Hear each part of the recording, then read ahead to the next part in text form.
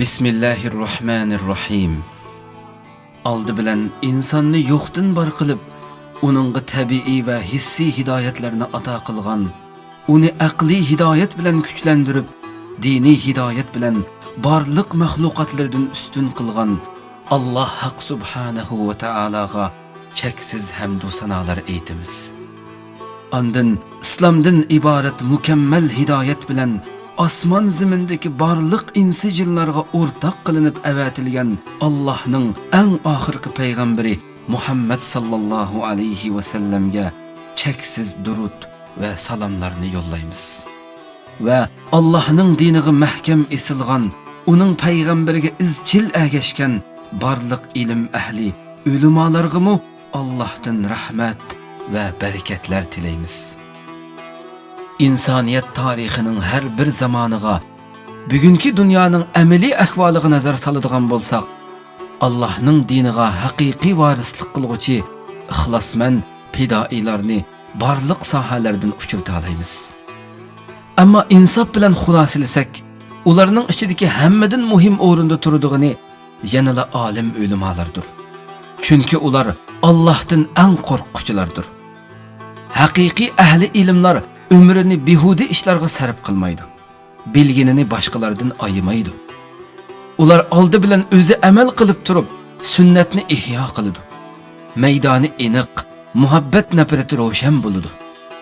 Allohning diniga aqida bog'lab, bir umr mustahkam tura oladi va bu yo'lda duch kelgan har qanday aziyatlarga sabr taqat qila oladi. Ular oysiz kechalardagi yulduzga, suvsiz cho'llardagi qarizga o'xshash hamisha boshqalarga umid beg'ishlaydi.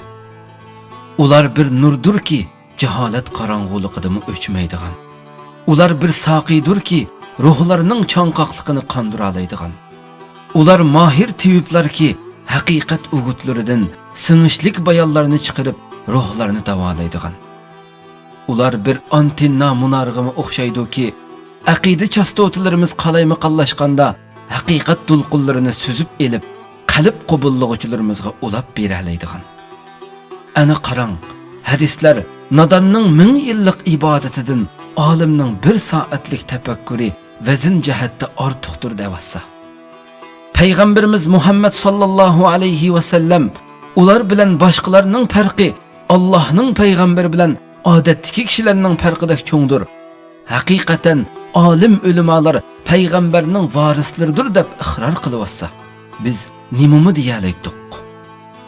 Shundoq jaholat zulmati qoplagan yerda elga yo'ruqliq ko'rsatib beradiganlarmi shular. Hayotning lazzatini nafsidan izlab oldinayotganlarni ilohiy hidoyatga yetaklovchilarmi shular. Hatto botil aqidalarning buzg'unchi talvalarga hech bir aymanmasdan dodil tanbih beralaydiganlarmi yana shu olim ulamolar emasmi? Mana qarang, Allohning vahiysi to'xtagan, payg'ambari olamdan o'tgan, tog'utlar kuchlanib, bugünkidek to'salg'usiz imtiyozlarga erishgan zamonlardami huquqdorlarning eng qo'rqidigini yana shu olim ulamolar emasmi? Nurg'un kishilar ahli ilmlar haqida har xil so'z cho'chaq qilib yurdi. Demisimi, islomiy xilofatning va shariat qonunlarini ijro qiluvchilarning yo'qligidan foydalanib, olim ulamolar sepiga so'qinib kirib olgan saxtalar va kitob yutib olgan eshakka o'xshash nafsiga qul munofiq shaytonlarmi yo'q emas albatta. Ammo manmanlik, hasadxo'rlik, riyokorlik qilmaydigan haqiqiy taqvo olimlarmi hali ham oz emas, ham mangu davomlashadi. Agar aramizda olim ulamolarimiz bo'lmasa edi, nodonlikning hasrati dillarni o'rtigan bo'ladi. Acaba bizning musulmon qavm bo'lib yashayotganligimiz Allohning rahmati va olim ulamolarimizning ajr mehnatidan emasmi? Shak shubhisizki, ularning mavjudligi Allohning rahmatidandir. Haqiqatan har qanday bir qavmdan, har zamon va har makonda ularni yaxshilikka buyurib, yomonlikdan to'squchi, kafirlarga azob, mu'minlarga mangulik jannat bilan xush xabar berguchi elchilarni o'ksitmaslik Janobi Allohning Rahman taololik sifatiga xos irodasidir. Salam sizlarga ey Allohning hurmatli bandalari. Salam sizlarga ey payg'ambar varislari. Salam sizlarga ey ümmetning fidokorlari. 10 necha asrdan beri islom bilan yashab kelayotgan bir qavmning ixlosmand musulmonlaridan sizlarga oliy ehtirom.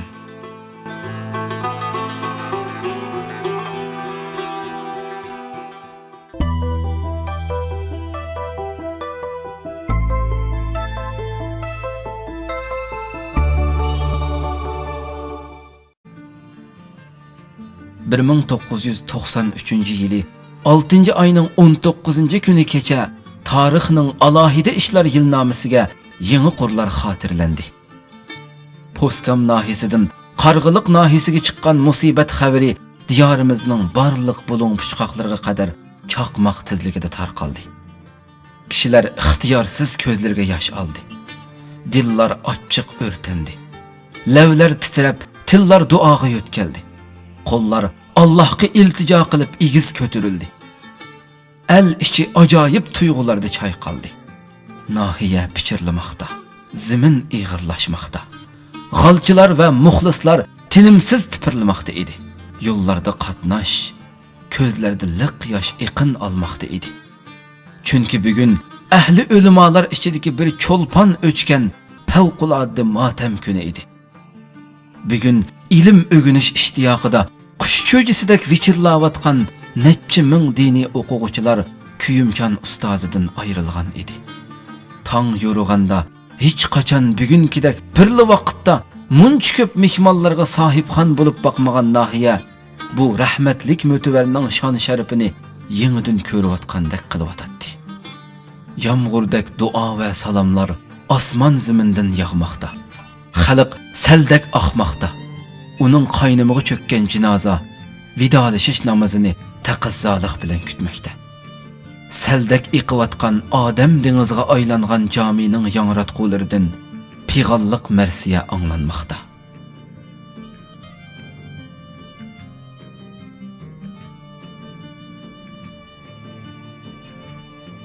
Hürmetki sazavar ustozimiz Abdulhakim Mahsum Hacim miladi 1925 yili diyorimizning Xotan viloyatiga qarashliq Gumi nahiyasida dunyoga kelgan.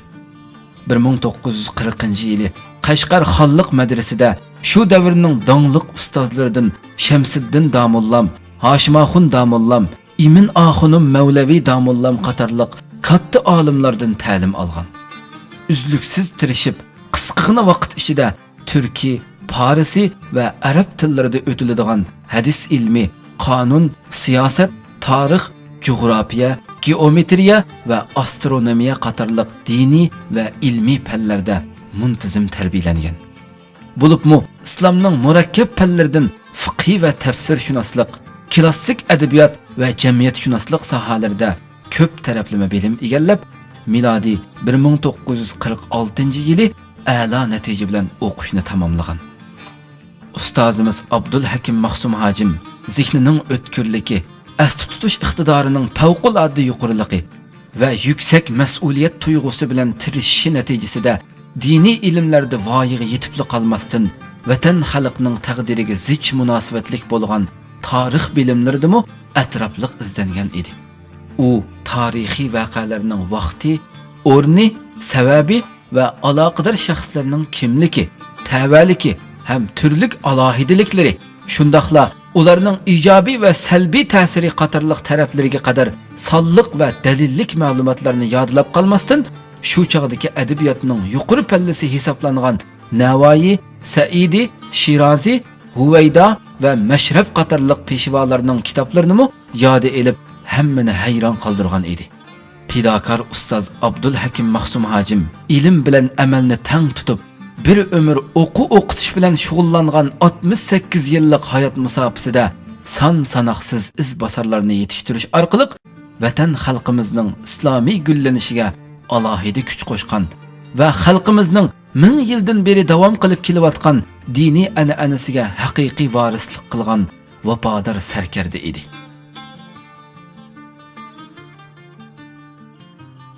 Nadallar tarafidan nohaq zulm chekkan, bir ömür zulm tahditlaridan qutulolmagan, hatto turmalarga tashlanib, uzun yillar xorlangan bo'lsa-mu, e'tiqodida mustahkam turib, bir ömür pok yaşagan va barlig'ini vatan xalqining hidoyatiga beg'ishlay olgan mujohid polvon edi. Ustozimiz Abdul Hakim Mahsum Hajim haqiqatan yaxshilikqa buyurib, yomonlikdan to'sadigan, g'ayvatxo'rlik, tamaxo'rliklardan yiroq qochadigan taqvodor mu'min edi. Darslarni tushunishlik, tartiblik, keng doiralik qilib o'talaydigan, so'rag'anni qanoatlantira oladigan iqtidorliq ilm ahli edi. Uning kamtar va xushfe'illigidan masala so'rag'uvchilar qiynalmaydi. Kichik bolalar tortinmaydi. Ayollar o'ng'aysizlanmaydi. Ustozimiz Abdul Hakim Mahsum Hajim kitob yuzida olim bo'lib qolmasdan, balki yetishgan notiq edi. Uning juma xutbalarida va butun yezi qishloqlarni aylanib yurib elib borgan sayyora da'vatlarida butun yurt ahli ba'ayni ansorilardek vatanning har qaysi joylaridan kelgan Uyg'ur, Qozoq, Tatar, Tojik taliblarni yotadigan uy, yeydigan osh-nonning g'amidan xotirjam qilib, ilm talab qilguvchilarga islom muhojirlari erishgan ne'matlarning ta'mini his qildira olgan edi. Biladiganlarga qoyillik bilan, bilmaydiganlarga hayronlik va iftixorlik tuyg'usi beg'ishlayotgan bu marsiya orqali ajoyib hissiyot bilan anglatilayotgan marhumning qisqacha tarixi hammaylarning dillarida iftixorlik naqshlarini chekmoqda. Aralab ko'tarilayotgan yig'izorilar, qayg'u hasrat va ig'ir uhsinishlar ilikidagi duoyi takbirlar unutilg'usiz hayajonga cho'mdirmoqda edi. Haqiqatan bo'ladigan ziroat ko'kidan ma'lum degandek, bu olimlik surati oshkorlangan, payg'ambarga voris bo'lish sharti hozirlanib, o'lima atalgan son sanoqsiz ilm xumarlarni islom bilan qanoatlantirib, to'kpikor bog'van bo'lgan unumlik xizmatlari bilan barliq ahli ilmlarning itrof qilishiga erishib, jamoat arbobiga aylangan bu odam Allohning Sharq Turkiston qavmiga avatgan sonsiz solih bandalari qatoridagi mas'uliyatchan musulmon edi. Ömür bo'yi tirishib ilm hikmat o'rgangan va o'rgatgan, islom hokimiyati uchun zarur bo'lgan vatan mustaqilligining muhimligini haqiqiy tushunib yetib, amaliy izdinish yo'lida 20 necha yil zindonlarga mahkum bo'lgan, shundaqdimi e'tiqod maydonida tavranmay, shonliq hayoti bilan hammamizga ulgu bo'la olgan, hurmatga sazovor bu mo'tvar, ig'ir sinoqlarda tovlanayotgan Uyg'ur xalqining faxrlik ustozi edi. Xuddi otasi va ajdodidek el yurtning nurliq quyoshi edi. Marhumning otasi Abdujalil Damollammo tunilgan o'lima Abdullah Mufti Hajimning o'g'li bo'lib, ular necha avlod tarixga ega ahli ilm jamoatining oxirgi namunalari edi. Bu fidokor ota bolalarning shonliq hayot musofasi umrga xitob, o'limga javob berib kelmoqda. Abdul Hakim Mahsum Hajimning otasi Abdujalil Damollammo haqiqatparvar va taraqqiyparvar tangdossiz olim bo'lib, milodiy 1896-yili Xotan viloyatining Gumi nohiyasida dunyoga kelgan. 16 yoshigacha oilasida tarbiya olgandan keyin dongliq olim, atoqliq shoir, tunilgan tibib Mavlana Husayn Tajallining va buyuk islohotchi, to'kpikor olim Abduqodir Damollamning shogirdi bo'lgan. 1930-yili o'qishni tamomlab, Damollamlik unvoni bilan yurtiga qaytib, ma'arif va da'vat ishlari bilan shug'ullangan. Yurt ahlini nadonlikqa, xurofotlikqa, mustamlika va bosqinchilikqa qarshi safarbar qilib, muqaddas jihodiy kurashlarga fidokorlik bilan qo'mondonlik qilgan.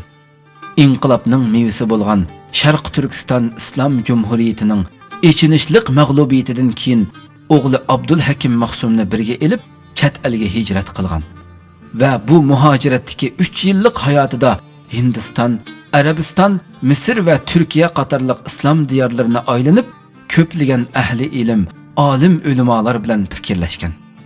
Qoyil qilarliq bilimi bilan alohida izzat hurmatga va xotirjam hayotga erishadigan bo'lsa-mu, vatan xalqining duch kelayotgan qismatlaridan o'z-o'zida his qilgan yuksak mas'uliyat tuyg'usida 1937-yili yuksak g'oya maqsadlarini nishon qilib, o'z majburiyatini ado qilish uchun qaytib kelgan. Ammo Allohning irodasi shundoq bo'lsa kerak. Bu himmatlik ota bola Xitoy tajovuzchilari tomonidan tutqun qilinib, otasi Abdujalil Damollam vahshiylarcha shahid qilingan. Demak, biz xo'shlashmoqchi bo'lgan bu ustozimizning hayoti mohiyatda uning otasi Abdujalil Damollam jamoatining shonliq hayotining iftixorliq davomidir. Shundoq haqni tunigan va iymon islomning mohiyatini haqiqiy tushungan layoqatlik otalarla o'z pushtidan tomgan avlodini o'z hayotining davomi qila oladi.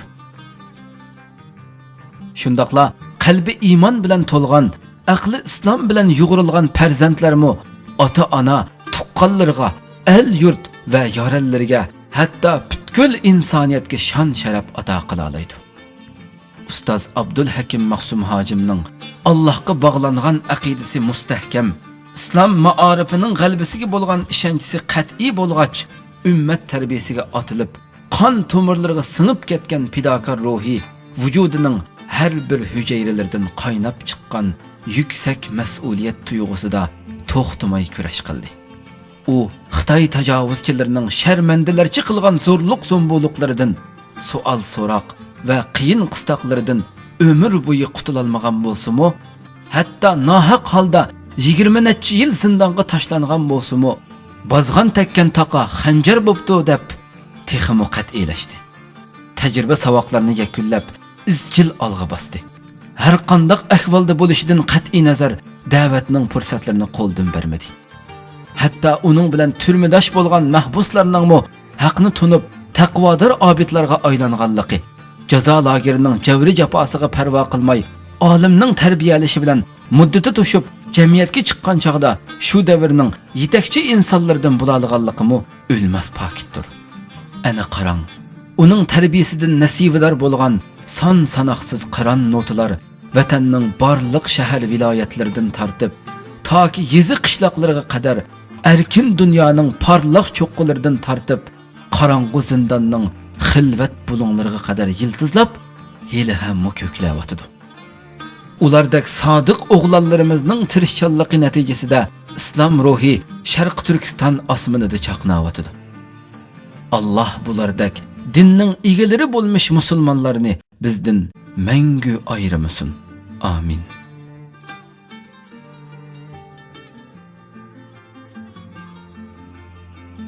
Ustoz Abdul Hakim Maqsum Hojim yiroqni ko'rar donoliqidan barliq ixtiloflashuvchilarni ogohlantirib, vatan xalqining ehtiyoji va iqtidoriy taraflariga alohida diqqat qilishni davomli ta'kidlaydi. 90-yillarda bosh ko'targan yangilik tarafdorlari bilan an'anaviy islom tarafdorlari orasida yuz bergan ixtilofda u nihoyatda donolik bilan xizmat ishlab, butun Sharq Turkiston musulmonlarini bo'linib ketish tahditlaridan bir necha qitim saqlab qolgan edi. Ammo bu muborak ustozning vafotidan keyin bir qism nadollarga yo'ritib berilgan g'arazlik siyosiy chiroqlarda xudini yo'qotgan har ikki taraf ziddiyatlashib, farz bo'lgan ittifoqlik amallarini tark etdi. Sunnat, mustahabga o'xshash fazilat amallarini talash tartish qilib, ichki nizolarni ko'paytirib oldi. Natijada ziyon zahmatlar ig'irlab, dushmanlarning foydasi eshib ketganda bu tajribalik ustozning nasihatlari yana bir qitim namoyon bo'ldi. U bir qism talabchan o'quvchilarga nasihatlarda mundaq deydi: sizlar barliq zihninglar bilan dinga berilinglar. Nihoyatda taqvo bo'linglar. Oranglarda qat'iy ixtiloflashmasdan islomning saf ruhini xalqqa aynan yetkazinglar. Va bu yo'lda yo'liqqan barliq qiyinchiliklar oldida tiz bukmasdan dodil holatda menginglar. Shu esinglarda bo'lsinki, bu ummat va bu ummatning bir parchasi bo'lgan Uyg'ur musulmonlari o'z diniga haqiqiy qaytmoqcha hargiz muxorliqdan qutula olmaydi. Shundaqla dunyo va oxirat baxt saodatiga hargiz erisha olmaydi. Shuning uchun intayin savrchanlik bilan bu yo'lda kurash qilinglar. Bilinglarki, haqiqatning dushmanlari qiyomatgacha davomlashadi. Qarang, bu naqadar to'g'ri, naqadar mukammal nasihatlar ha. Uning boshdan oxir ta'kidlayotgani diniy ma'orifni maqsad qilmoqda. Garchi uning yoshlik chog'lari vatanning yaqinqi zamon jihodiy inqilob mezgillariga to'g'ri kelgan bo'lsa-mu, inqilobga bevosita qatnashmay Ostritdan hamkorlashgan. Hatto shu davrdagi atoqliq sarkardalarning alohida takliflariga noil bo'lgan bo'lsa-mu, maarif yo'nalishidan izchil chatnamagan. U nima uchun bu yo'lni tanlagan? Tajriba savoqlar dunyosida tog'dek qad ko'targan ilm hikmatning fazilati, ilm ahlining qadr qimmati, shundaqla maarifning insoniyatga keltirgan manfaatlarini aks ettirgan doston qissalarda har qanday bir aql egasiga nisbatan yetarli xitoblar bor. Hammamizga ma'lum, 20-asr yolg'iz biz uchunla emas, balki butun dunyo insonlari uchunmi ajoyib qismatlarga to'lgan insoniyat jamiyatining burilish to'qmishi va yangi bir davrning dastlabki reaksiyalari avjiga chiqqan bir zamon bo'ldi. Bu jarayonda ilgari keyin bo'lib 2 qatim dunyoviy urush portladi. Buyuk Osmoniya islom xalifaligi parchalanib, barliq islom allari yahudiylarning mustamlikasiga tushib qoldi. Xudosizlik fikrlari yamrab, butkul islom ummatining jismiga har xil botil, asossiz e'tiqod va fikrlar kirishga boshladi. Biz ham buyuk islom ummatining bir parchasi bo'lish sifatimiz bilan u qo'rqinchli vabodan saq qolmadik. U chunqur yiroqni ko'rarligi bilan bu vabodan qutulishning birdan-bir yo'lining ilohiy ko'rsatmaga qaytishdan boshqa emasligini bilganligidan bu yo'lni tanlagan edi. U ana shu yo'l ustida butun qiyinchiliklarga bardoshlik berib, tinimsiz minib, oxiri 1993-yili 6-oyning 19-kuni namoz shamga tahorat elib, namozga turadigan chaqda Allohning dargohiga safar qildi. Janobi Allohdan Abdul Hakim Mahsum hojim va otasi Abdujalil Damullah hojimlarning yotgan yerini jannat qilib berishini, qilgan amallarini sadaqa joriya, ya'ni savobi üzülmay yetib turadigan sadaqa qatorida qabul qilishini tilaymiz. Allah ularning minglarcha talablarini ikki dunyo baxt saodatiga erishtirgay. Ularning orasidan minglarcha mahsum hojimlarni yetishtirib, dinimizning Allah ko'rsatgan prinsiplarini to'liq ado qilishga muvaffaq va muyassar qilgay. Amin.